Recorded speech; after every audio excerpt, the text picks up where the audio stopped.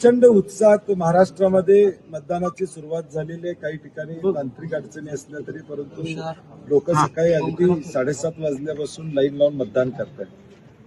महायुतीच्या विरोधातला मॅन्डेट निश्चितपणे त्या ठिकाणी सर्वसामान्यांच्या मनामध्ये आहे आणि काँग्रेसला चांगलं यश महाराष्ट्रातल्या सगळ्या महानगरपालिकेमध्ये मिळेल. तर कोल्हापूरमध्ये महाराष्ट्रामध्ये महायुती वेगवेगळी लढते, फक्त कोल्हापूरमध्ये ते एकत्र आलेले आहेत कोल्हापूरकरांच्या भीतीमुळे.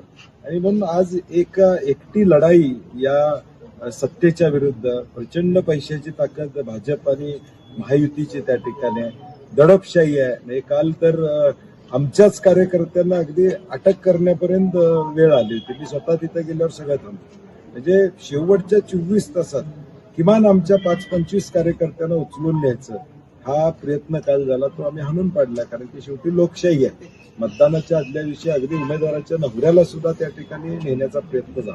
म्हणून या दडपशाहीतून कोल्हापूरकर उत्तर देतील आणि माझ्यावर विश्वास टाकतील अशी मला खात्री. एवढी सत्ता आहे तुम्हाला, तुम्ही एवढं चांगलं काम केलं असतील तर हे दडपशाहीचं राजकारण करू नका. नागरिक काही ठिकाणी अडचणी आलेल्या आहेत, परंतु त्याच्यामध्ये ताबडतोब प्रशासनानं त्याची दखल घेऊन त्याची सुरुवात केलेली आहे. ते होतंय, परंतु आता मतदान 5:30 हा महत्वाचा विषय आहे. त्याच्या आधी जास्तीत जास्त लोकांनी मतदान करावं असं माझं आव्हान असतं. इकडा दिला होता 15 जानेवारी काँग्रेस भारी. आज सकाळपासून काय वातावरण दिसते? नाही, सकाळपासून मी अगदी 6 वाजल्यापासून प्रत्येक भागातून रिपोर्ट घेतोय. टेबल आमचे टाकले गेलेले आहेत, बूथ आमचे टाकले गेलेले आहेत. कार्यकर्ते उत्साहात आहेत की एका बाजूला ही सगळे मंत्री, अगदी मुख्यमंत्री उपमुख्यमंत्री सुद्धा कोल्हापुरात आले.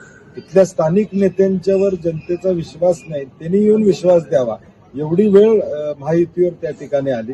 तरी देखील या एकाएकी लढाईत कोल्हापूरकर निश्चितपणे माझ्याबरोबर आणि आमच्या बरोबर असल्याची मला खात्री. या राज्यामध्ये विरोधी पक्षाची भूमिका कणखरपणे कोण मांडत असेल महायुतीच्या विरोधात, तर ते काँग्रेस मांडतं. हे लोकांच्या मध्ये आता सेट झालेलं आणि त्यामुळे यावेळी देखील आमचा मताचा टक्का वाढेल, नगरसेवकांचा आकडा देखील वाढलेला नाही. माझी बहुमत, स्पष्ट बहुमत कोल्हापूरमध्ये 100% आम्हाला त्या ठिकाणी येणार.